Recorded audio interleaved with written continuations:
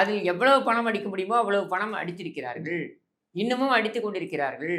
அப்போ இதற்கு இவர்கள் இவர்கள் கேள்வி கணைகளால் துளைக்கப்பட வேண்டும். இவர்கள் மீது எந்த அனுதாபமும் வரக்கூடாது.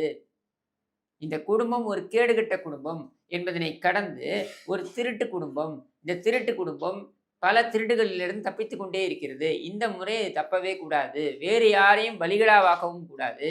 இவர்கள் சட்டத்திற்கு முன்னால் நிறுத்தப்பட வேண்டும். இவர்கள் கண்டிப்பாக இவர்கள் செய்த கொள்ளை, இவர்கள் செய்த அராஜகம் இதற்கெல்லாம் பதில் சொல்லும் காலம் நெருங்கிக் கொண்டிருக்கிறது.